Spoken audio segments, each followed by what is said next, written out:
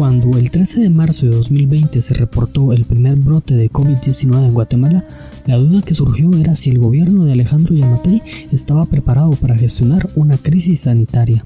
Así, inició una montaña rusa de decisiones estatales frente a la pandemia. Cuarentena sí o no, toque de queda, cerrar el país, decretar estado de sitio. Pero también hay datos. ¿Cómo se cuentan los contagios? ¿Cómo saber el número de fallecidos? ¿Cómo tomaría decisiones el gobierno?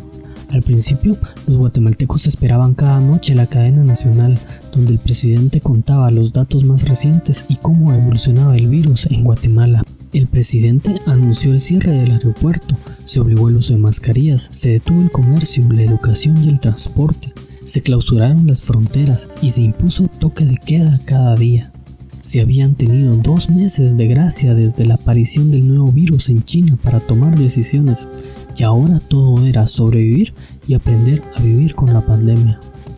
La Organización Mundial de la Salud recomendó que al inmovilizar sectores sociales vulnerables, las autoridades debían brindar apoyo económico para enfrentar la crisis, y entre marzo y abril el Congreso de la República intervino para la gestión de la pandemia, aprobando readecuaciones presupuestarias. 6.000 millones para el bono familia, 2.000 millones para protección del empleo, 700 millones para apoyo alimentario, 630 millones de subsidio a la energía eléctrica, 100 millones al adulto mayor, 100 millones a la agricultura familiar, 3.380 millones para proteger capitales de empresas y 1.196 millones para insumos e infraestructura de instituciones de salud pública.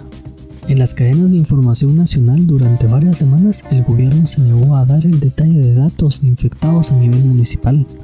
Y si el Ministerio de Salud no lograba ubicar la forma en que alguien se contagiaba, Yamatei ordenaba al ejército acercar el área. Se anunció la construcción de 5 hospitales temporales, aunque se pretendía financiarlos solo con donaciones. Al ver cada día al presidente en cadena nacional, la percepción era que alguien manejaba la pandemia. En abril se alcanzaron los 600 contagios acumulados en Guatemala. En mayo, Guatemala acumuló 5.000 contagios. Yamatei en su cadena nacional llamaba héroes a los médicos mientras tenían más de 2 meses sin recibir salarios. La ejecución del presupuesto de la pandemia apenas pasaba del 3%. Faltaba equipo en los hospitales temporales y los pacientes se acumulaban en los pasillos. En junio, el ministro de Salud, Hugo Monroy, fue removido de su cargo. Y en paralelo, Yamatei creó la Comisión Presidencial de Atención a la Emergencia COVID-19, un apoyo técnico político sin demasiada efectividad en su propuesta. La OMS advertía que rastrear, hacer pruebas y mantener el aislamiento eran fundamentales para el control de la epidemia. Y cuando no hay datos, un país está ciego, incapaz de realizar acciones. Y en esta montaña rusa de decisiones, Guatemala estaba a punto de entrar en un largo túnel oscuro sin cifras y monitoreo de contagios. En julio, Yamatei apareció evitando mencionar las cifras de 800 personas fallecidas y la acumulación de 20.000 casos en Guatemala. En cambio, anunció un giro de 180 grados, presentó un tablero electrónico con fallas en el conteo de datos y un sistema de alertas y colores que dejaba en manos de 340 alcaldes el manejo de la propagación del coronavirus.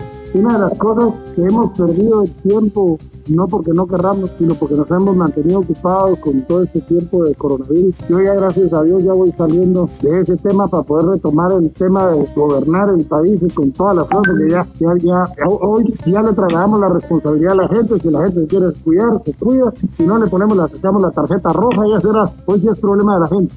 En agosto, las cadenas nacionales diarias de Yamatei con información de la pandemia habían desaparecido. El país abrió con medidas más relajadas, autorizó el funcionamiento de la mayoría de establecimientos comerciales y empresas, y sin la comunicación y datos por parte del gobierno cada día, la gente dejó de tener miedo a la pandemia. En 5 meses, 2.500 personas habían fallecido y más de 60.000 personas habían sido infectadas. 10.000 de ellas aún tenían el virus en activo. Con las medidas de reapertura, más que una nueva normalidad, lo que existe es una nueva realidad. Y hasta que no se encuentre la vacuna contra la COVID-19, en Guatemala cada quien se cuida como puede, incluso de las decisiones gubernamentales.